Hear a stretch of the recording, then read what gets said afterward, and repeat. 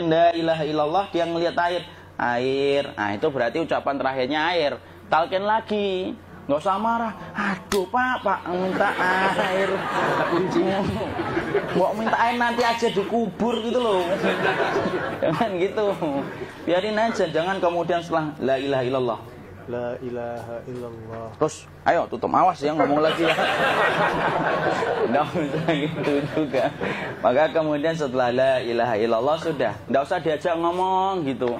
Terus kemudian nggak usah ada anaknya perempuan. Ya Allah pak, sudah bisa ngomong la ilaha illallah, usah gitu. Cukup dalam hati alhamdulillah gitu. Diam, kita dengerin gitu. Disitulah nanti biasanya detik dia terakhir. Dia nanti ngeliat di sini pak, prosesnya itu. Nanti kaki langsung sebagian jempol dingin dia. Kaki, telapak kakinya langsung kalau kita geningkan dingin kayak kaki yang kena AC langsung. Kemudian dia langsung ningkup gini, dikit dia, mulai kaku dia. Atau kalau enggak, gini dia. Langsung kayak jatuh, kayak kepala nanti yang paling terakhir. Kepala itu pasti ada gerakannya pak, ini meninggal itu. Pasti gitu. Pasti gitu. Karena apa? Sudah tidak ada beban ruh yang menahannya.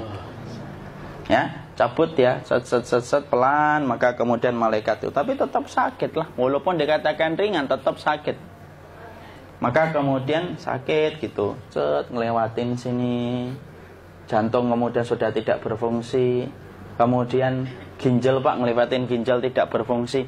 Bapak bayangkan kan, kalau yang pernah sakit batu ginjal pak, sepakat nggak kalau kita batu ginjal itu sakitnya luar biasa pak? Itu baru titik batu kecil di ginjal. Kita bisa bayangkan tiba-tiba ginjal tidak berfungsi. Sakitnya kayak apa pak? Tiba-tiba ginjal nggak berfungsi, pankreas naik, kemudian tek jantung. Jantung ini dia masih hidup dia, di sininya masih hidup walaupun jantungnya sudah berhenti.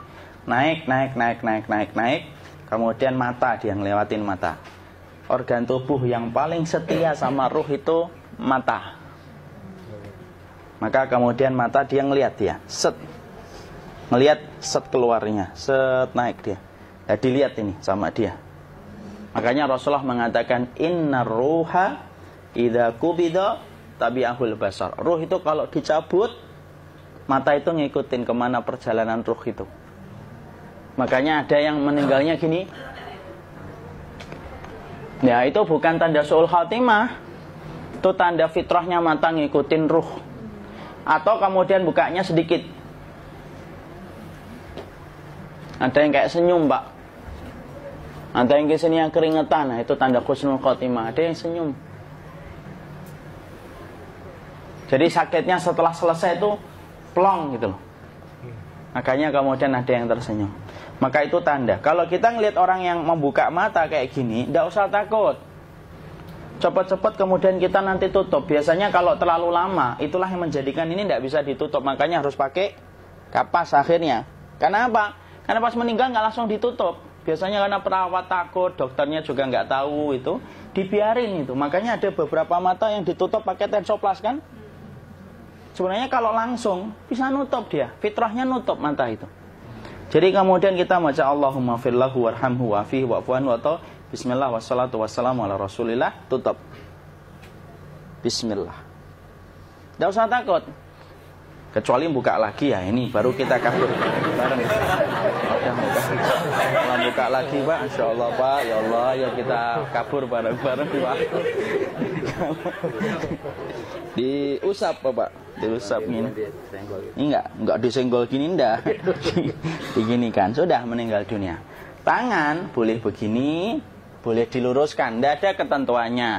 Boleh gini, boleh kemudian lurus. Tidak usah disalahin kalau ada yang lurus. Lu itu tangannya gimana sih? Posisikan kayak sholat. Tidak ada perintah kayak gitu. Jadi kemudian dikondisikan saja. Terus maka kemudian dipijit-pijit, akiknya dikeluarin. Kemudian jamnya dilepas, gigi palsunya dilepas kalau ada. Ya.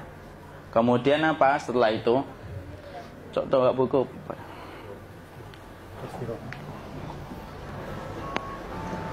Kemudian kalau bisa awal-awal kemudian taruh buku atau sesuatu yang agak berat di perutnya ketika baru meninggal dunia. Kenapa kemudian ditaruh kayak gini? Bukan apa-apa, supaya membantu sisa-sisa pencernaan dia untuk keluar. Nanti Pak, biasanya kalau kita taruh agak yang berat gini, atau kemudian kita gini-gini kan, ini udah makan belum Akhi? Udah makan belum makan kok udah gede ya. Maka pencet-pencet kayak gini biasanya nanti ketika dimandikan, nah pas dimandikan diginikan saja. Aduh. Nah ini dia sudah keluar di belakang, dia gini. Terus nanti keluar dia. Nah ini keluar langsung di belakangnya. Dan memperlakukan orang kalau sudah meninggal dunia itu yang lembut gitu. Kenapa? Inna kasra admil mayyiti kakasri admil hayyi. Mematahkan tulangnya ketika orang sudah meninggal dunia itu lebih dia rasakan sakit ketika mati daripada ketika masih hidup. Tuh Islam itu sampai sama orang mukmin itu kalau sudah meninggal aja sampai selembut itu. Kok hidup kasar itu kebangetan dia jadi orang itu. Mau sampai orang mati itu kemudian disuruh yang lembut. Kalau ada aib disuruh nutup, tidak boleh diceritain. Misalkan di belakangnya beliau ini ada tompel, gagah-gagah tompelnya gede gitu. Tidak boleh cerita, Masya Allah loh. Sampai segitunya sunnah itu ngajarin kita untuk nutup aib. Kalau ada orang belajar sunnah sukanya buka aib, nyari-nyari kesalahan orang, sunnah yang mana dia pelajari itu saya bingung. Makanya kemudian gini, setelah selesai maka kemudian tutup dengan kain. Maaf ya Akhi ya. Nanti kalau nggak kuat napas ngomong ya. Maka ditutup kayak gini, ditempatkan kemudian jangan di tanah tapi di atas dipan. Karena apa? Syekh Abu Malik Kamal Said Salim dalam Sahih Fikih Sunnah menyampaikan supaya tidak cepat busuk. Dia taruh di atas. Kemudian ditutup pakai kain apa saja. Ya, sembari nanti kita mempersiapkan tempat mandinya, tempat kafannya dan yang lain sebagainya. Maka kemudian kalau ada yang datang boleh dibuka. Kemudian kita mencium ininya apa? Kemudian keningnya. Kemudian kita berdoa, nutup lagi kayak Rasulullah ditutup, kemudian yang datang terakhir itu salah satunya Abu Bakar. Dibuka kemudian beliau, ya Allah ya Rasulullah, engkau adalah orang yang percaya hidup dan matimu, dan tidak mungkin Allah itu mematikan engkau 2 kali ya Rasulullah. Maka kemudian ditutup kembali. Saat itu para sahabat dalam keadaan mendung semuanya. Maka disitulah kita lakukan kayak gini. Ditutup gini Ustaz ya.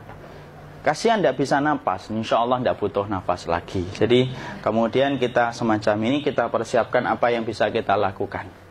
Nah itulah proses kematian dari sakit sakaratul maut sampai kematian.